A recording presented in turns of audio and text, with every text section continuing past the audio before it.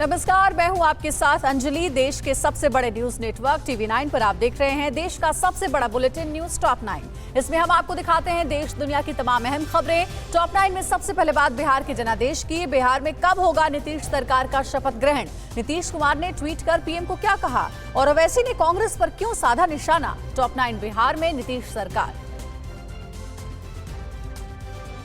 बिहार में अगली सरकार के शपथ ग्रहण की तैयारी भी शुरू हो गई है। जल्द ही सूबे में एनडीए के विधायकों की बैठक होगी। इस बैठक में नीतीश कुमार को नेता चुना जाएगा। सूत्रों के मुताबिक नीतीश कुमार अगले हफ्ते सोमवार या उसके बाद शपथ ग्रहण कर सकते हैं। बिहार में एनडीए की जीत के लिए पीएम मोदी ने बीजेपी कार्यकर्ताओं को धन्यवाद कहा। पीएम ने कहा कि इन चुनावों में एनडीए को मिले अपार जन समर्थन के लिए बीजेपी के और एनडीए के लाखों कार्यकर्ता बधाई के पात्र हैं। दिल्ली में बीजेपी कार्यकर्ताओं से पीएम मोदी ने कहा कि हम सभी बीजेपी के कार्यकर्ता एक बार फिर से बिहार में नीतीश कुमार के नेतृत्व में संकल्प को सिद्ध करेंगे। पीएम ने कहा कि हर एक बिहारी के लिए मिलकर काम करेंगे। बिहार के मुख्यमंत्री नीतीश कुमार ने ट्वीट कर पीएम मोदी को धन्यवाद कहा है। नीतीश ने कहा कि जनता मालिक है। उन्होंने एनडीए को जो बहुमत प्रदान किया उसके लिए जनता जनार्दन को नमन है। मैं पीएम नरेंद्र मोदी जी को उनसे मिल रहे सहयोग के लिए धन्यवाद करता हूँ। आज पटना में नए चुने गए आरजेडी विधायकों की बैठक बुलाई गई है। सुबह 11 बजे होने वाली इस बैठक में पार्टी के नेता तेजस्वी यादव पार्टी के विधायकों और पार्टी के वरिष्ठ नेताओं के साथ आगे की रणनीति पर चर्चा करेंगे। आरजेडी बिहार में सबसे बड़ी पार्टी बनकर उभरी है। चुनाव आयोग को कहा। राष्ट्रीय जनता दल के प्रवक्ता मनोज झा ने कहा कि बिहार में विपक्ष मजबूत हुआ है। उन्होंने कहा कि हम युवाओं के लिए नौकरी की मांग करते रहेंगे और सरकार को चैन से नहीं सोने देंगे। बिहार में चुनाव नतीजों के बाद एआईएमआईएम के नेता असदुद्दीन ओवैसी ने कांग्रेस पर जमकर निशाना साधा है। ओवैसी ने ट्वीट कर कहा कि बिहार में कांग्रेस अपनी नाकामी के लिए एआईएमआईएम को वोट कटवा बता रही है। ओवैसी ने कहा कि महागठबंधन एनडीए को हराने में नाकाम रहा। बिहार में 17वीं विधानसभा के गठन के लिए चुनाव आयोग आज सुबह 11 बजे राज्यपाल को नए चुने गए सदस्यों की लिस्ट सौंपेगा। चुनाव आयोग से नए सदस्यों की लिस्ट मिलने के बाद ही नई सरकार के गठन की प्रक्रिया शुरू होगी। बिहार में आज विधान परिषद चुनाव के लिए मतगणना होगी। बिहार में विधान परिषद की 8 सीटों के लिए 22 अक्टूबर को चुनाव हुआ था। विधान परिषद की 8 में से 4 सीट शिक्षक निर्वाचन क्षेत्र और 4 सीट स्नातक निर्वाचन क्षेत्र की है। बिहार विधानसभा चुनाव के बाद पश्चिम बंगाल की तैयारी में जुटी बीजेपी। पश्चिम बंगाल में बीजेपी कार्यकर्ताओं की हत्या पर पीएम ने क्या कहा? स्कूली छात्रों पर ममता सरकार का नया फैसला क्या है? पश्चिम बंगाल से जुड़ी खबरें देखते हैं टॉप 9 मिशन बंगाल में। पीएम मोदी ने पश्चिम बंगाल में बीजेपी कार्यकर्ताओं की हत्या पर सख्त संदेश दिया है। पीएम ने कहा कि जो हमें चुनौती नहीं दे पा रहे वैसे लोगों ने हमारे कार्यकर्ताओं की हत्या करने का रास्ता चुना है। पीएम ने कहा कि ऐसे लोगों को जनता जनार्दन जवाब देगी। केंद्रीय मंत्री गिरिराज सिंह ने कहा कि बिहार के चुनाव नतीजे झांकी है। उन्होंने कहा कि पश्चिम बंगाल अभी बाकी है। गिरिराज सिंह ने कहा कि पश्चिम बंगाल के लोग ममता सरकार से उब चुके हैं और अगले विधानसभा चुनाव में पश्चिम बंगाल में ममता सरकार का खात्मा होगा। बीजेपी के राष्ट्रीय महासचिव और पश्चिम बंगाल के प्रभारी कैलाश विजयवर्गीय ने ट्वीट कर कहा कि लोकतंत्र में जनता जनार्दन ही सब कुछ है। उन्होंने कहा कि पश्चिम बंगाल की जनता के सामने ममता दीदी का असली चेहरा आ चुका है। उन्होंने कहा कि पश्चिम बंगाल में अब हवा बीजेपी की ओर बह रही है। बिहार बीजेपी के चुनाव प्रभारी देवेंद्र फडणवीस ने कहा कि बिहार में एनडीए की जीत का असर पश्चिम बंगाल में भी देखने को मिलेगा। फडणवीस ने कहा कि बिहार के बाद अब पश्चिम बंगाल में भी बीजेपी की ही सरकार बनेगी। बिहार के नतीजों पर सीएम ममता बनर्जी ने चुप्पी साधी हुई है, तो बंगाल में भी जीत के लिए बीजेपी की तैयारी तेज हो गई है। बीजेपी नेता मुकुल रॉय ने ट्विटर पर लिखा कि बिहार का असर बंगाल में भी होगा। बिहार ने नरेंद्र मोदी के नेतृत्व पर भरोसा जताया और अब बंगाल की बारी है।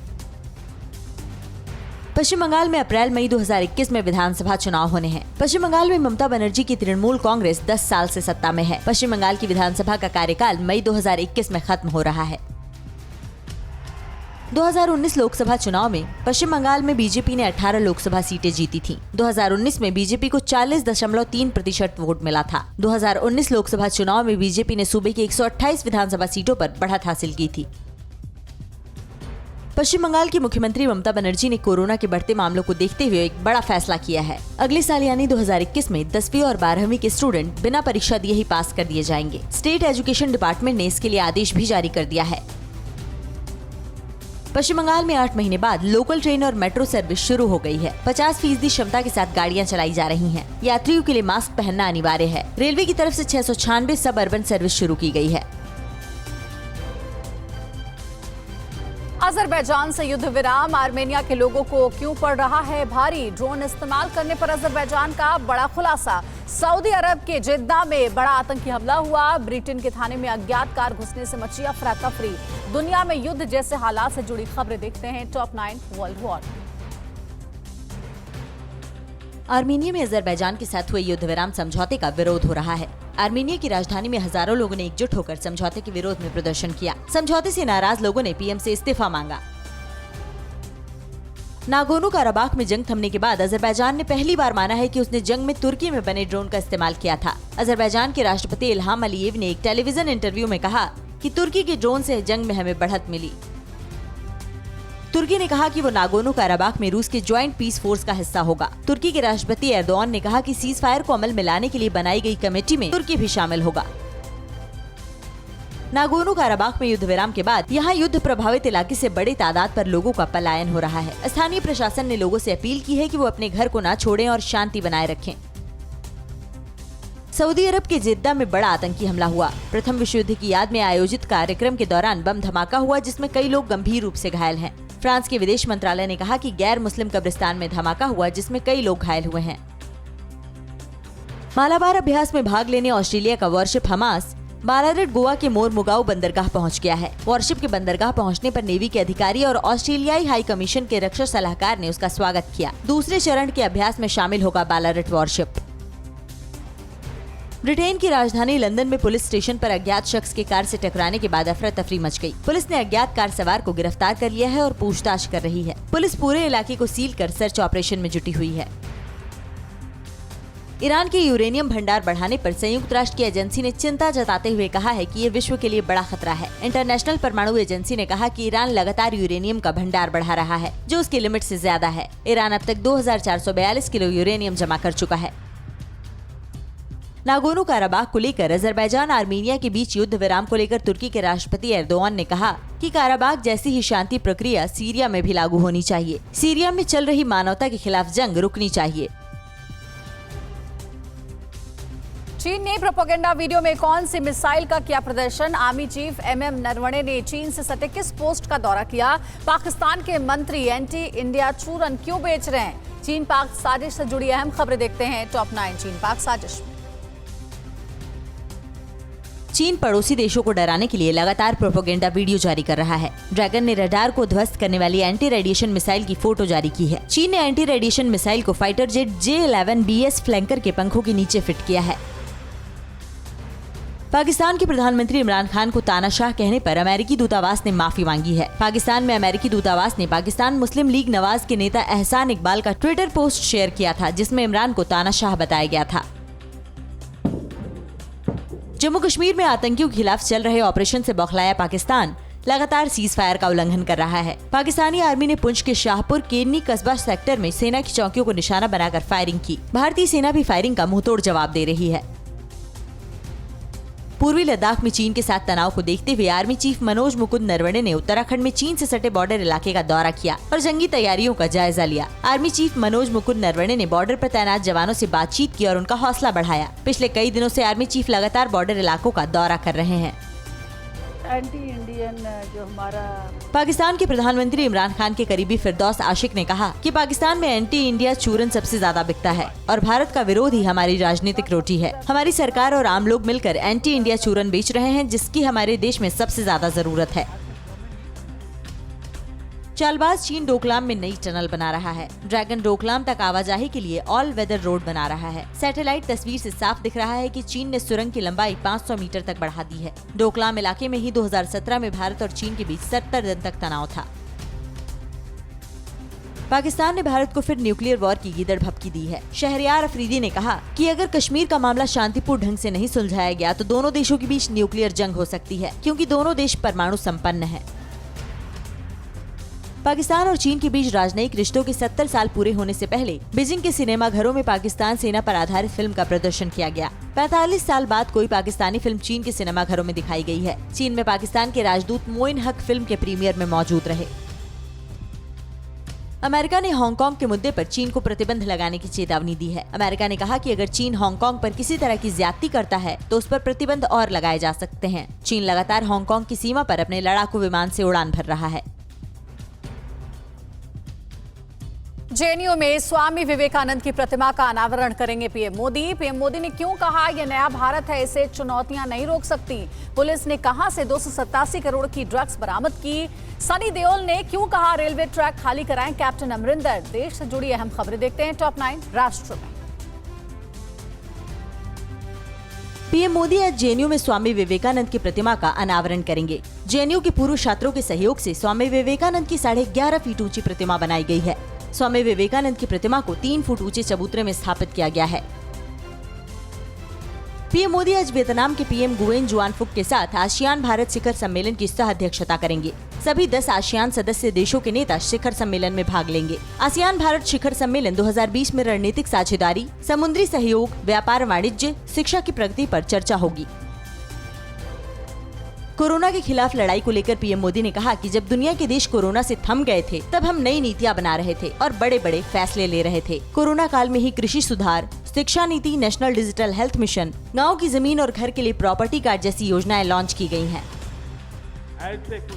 बिहार में जीत पर बीजेपी कार्यकर्ताओं को संबोधित करते हुए पीएम मोदी ने कहा कि मैं एक नए भारत के उदय को देख रहा हूँ। ये 21वीं सदी का भारत है, न इसे आपदाएं रोक सकती हैं और न ही चुनौतियाँ। एक ऐसा भारत जो आत्मविश्वास से भरा हुआ है, जो अपने सामर्थ्य को पहचानता है, जो अपने लक्ष्यों के प्रति सचेत है। देश भर में ड्रग्स तस्करों के खिलाफ चलाए जा रहे ऑपरेशन के तहत मणिपुर के थाउबल में असम राइफल्स और पुलिस की टीम ने छापा मारकर 72 किलो ब्राउन शुगर बरामद की है, जिसकी बाजार में कीमत 287 करोड़ रुपए है। बरामद ब्राउन शुगर को पार्टियों में सप्लाई किया जाने वाला था। कोरोना से लड़ाई में लापरवाही के आरोप पर केंद्रीय स्वास्थ्य मंत्री डॉक्टर हर्षवर्धन ने कहा कि कोरोना से निपटने के लिए हमने स्वास्थ्य क्षेत्र में अपनी बुनियादी सुविधाओं को बहुत मजबूत किया है। आज देश में 2085 कोविड केयर अस्पताल, 4000 से ज्यादा कोविड स्वास्थ्य केंद्र और 9313 कोविड केयर सेंटर हैं। पंजाब में किसानों के आंदोलन की वजह से बंद ट्रेनें शुरू करने के लिए बीजेपी सांसद सनी देओल ने सीएम अमरिंदर सिंह को चिट्ठी लिखकर रेलवे ट्रैक पर बैठे किसानों को हटाने की मांग की है। किसानों को ट्रैक से हटाना राज्य सरकार का काम है, जिससे ट्रेनों का संचालन पंजाब में सुचारू रूप से हो सके। बिहार के सहरसा में भीषण सड़क हादसा हुआ, जहां मतगणना कराकर केरल लौट रहे सीआईएसएफ जवानों की बस अनियंत्रित होकर पलट गई। हादसे में 21 जवान घायल हुए, जिसमें एक जवान की हालत गंभीर है। सभी घायल जवानों का इलाज जिला अस्पताल में चल रहा है। नासा ने मानव अन्वेषण रोवर चैलेंज 2021 के लिए भारत की एक स्कूल टीम को सेलेक्ट किया है। इस टीम में 10 स्कूली बच्चे शामिल हैं, जो मार्स की सतह पर चलने वाला रोवर बनाएंगे और 2021 में नासा में अपने रोवर का प्रदर्शन करेंगे। बच्चों ने बताया कि हम ऐसा रोवर बनाने जा रहे हैं जो मार्स की उबड़ खाबड़ सतह पर 2 लोगों को लेकर आसानी से चल सकता है। दिल्ली में क्यों डरा रहा है कोरोना का खौफ। लखनऊ में किसे बदमाशों ने सरेआम मारी गोली। राजस्थान में गुर्जर आंदोलन का अब क्या होगा, देखते हैं टॉप 9 देश प्रदेश। फेस्टिव सीजन और बढ़ती ठंड के बीच दिल्ली में कोरोना संक्रमण हर दिन नए रिकॉर्ड बना रहा है। दिल्ली में पहली बार 24 घंटे में 8500 से ज्यादा कोरोना के मामले सामने आए हैं। 24 घंटे में 7264 कोरोना मरीज ठीक भी हुए हैं। 24 घंटे में कोरोना से 85 लोगों की मौत हुई है। उत्तर प्रदेश की राजधानी लखनऊ में ज्वेलर्स अभिषेक केसरवानी को बदमाशों ने गोली मार दी। लखनऊ के विकास नगर में जब वो अपनी पत्नी के साथ थे, उसी वक्त कार सवार बदमाशों ने उन्हें गोली मारी। घायल अभिषेक की हालत गंभीर बताई जा रही है। राजस्थान में चल रहा गुर्जर आंदोलन खत्म हो गया है। मुख्यमंत्री अशोक गहलोत और किरोड़ी सिंह बैंसला के आंदोलनकारियों की मांगों को लेकर सहमति बन गई। राजस्थान सरकार ने इनकी सभी मांगों को मान लिया है। महाराष्ट्र बीजेपी के नेता अतुल भातखलकर ने महाराष्ट्र के मुख्यमंत्री उद्धव ठाकरे को खत लिखकर मुंबई में 20 नवंबर को होने वाले छठ पूजा उत्सव की अनुमति मांगी है। अतुल भातखलकर कोरोना से जुड़े सारे नियमों का पालन करते हुए छठ पूजा कराने की अनुमति मांग रहे हैं। दिल्ली में कोरोना की बढ़ती रफ्तार को देखते हुए इस साल सार्वजनिक जगहों पर छठ पूजा नहीं होगी। डीडीएमए ने दिल्ली में सार्वजनिक जगहों पर छठ पूजा नहीं कराने के आदेश जारी किए हैं। अपने घर या किसी निजी स्थल पर छठ पूजा कर सकते हैं। उत्तर प्रदेश के बहराइच के सिरसिया में पुलिस ने अतिक्रमण के खिलाफ कार्रवाई की। पुलिस ने 2 दर्जन से ज्यादा मकानों को जमींदोज कर दिया। प्रशासन के मुताबिक ये जमीन सिंचाई विभाग की है और इस पर अवैध कब्जा कर घर बनाए गए थे। बिहार में कोरोना महामारी अभी खत्म नहीं हुई। इसी बीच मुजफ्फरपुर में जापानी बुखार कहर दिखाने लगा है। पिछले कुछ महीने में मुजफ्फरपुर में इंसेफेलाइटिस फीवर के 76 बच्चे यहाँ एडमिट हुए हैं। इनमें से 11 बच्चों की मौत हो चुकी है। साल 2019 में यहाँ जापानी बुखार से 161 बच्चों की मौत हो गई थी। बंगाल में विधानसभा चुनाव के पहले मुख्यमंत्री ममता बनर्जी ने राज्य पुलिस में 3 और नई बटालियन बनाने का ऐलान किया है। इनमें 3000 पुलिसकर्मियों की नियुक्ति होगी। इसके साथ ही ममता बनर्जी ने कोरोना के बाद शिक्षकों के रिक्त पदों के लिए 16,000 नई नियुक्ति की घोषणा की है।